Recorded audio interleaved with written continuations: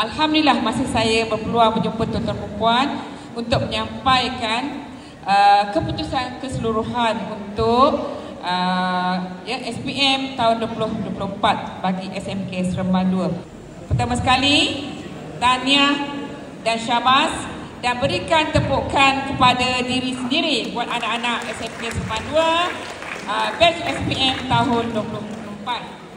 Untuk makluman anak-anak semua dan para ibu bapa ya, calon yang hadir bagi SPM tahun 2024 seramai 226 orang.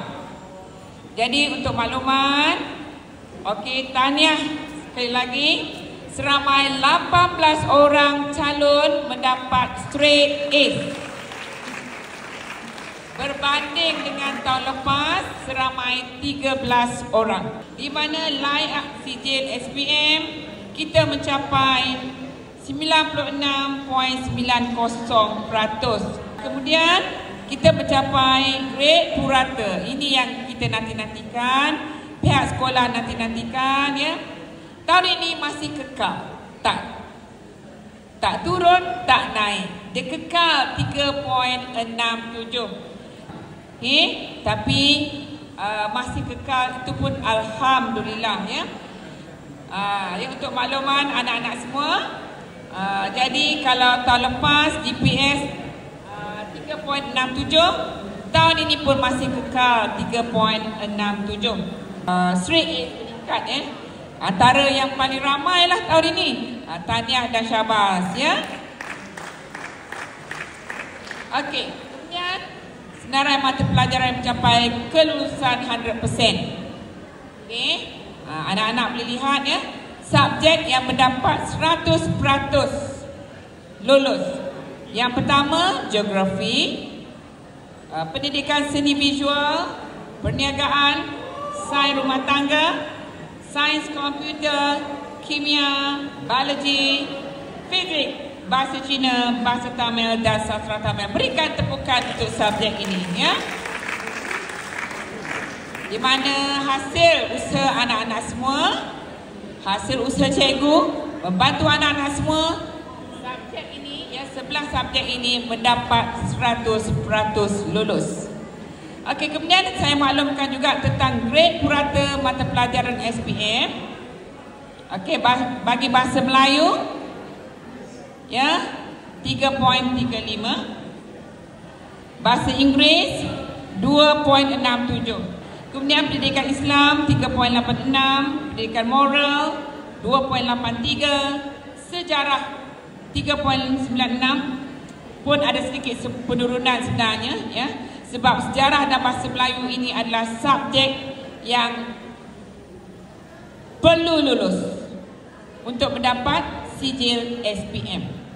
Kemudian matematik 4.36, sains 3.88, geografi 3.54, pendidikan seni visual 3.81, matematik tambahan 4.65, prinsip perekonomian 2.52. Okey, perniagaan 4.54, ekonomi 4.41, sains rumah tangga 4.70, sains komputer ya 2.17, fizik 3.44, chemistry 3.86, biologi 3.52, bahasa Cina 1.78 ya, antara subjek yang mencapai ya, dia punya grade purata 1 lah ya.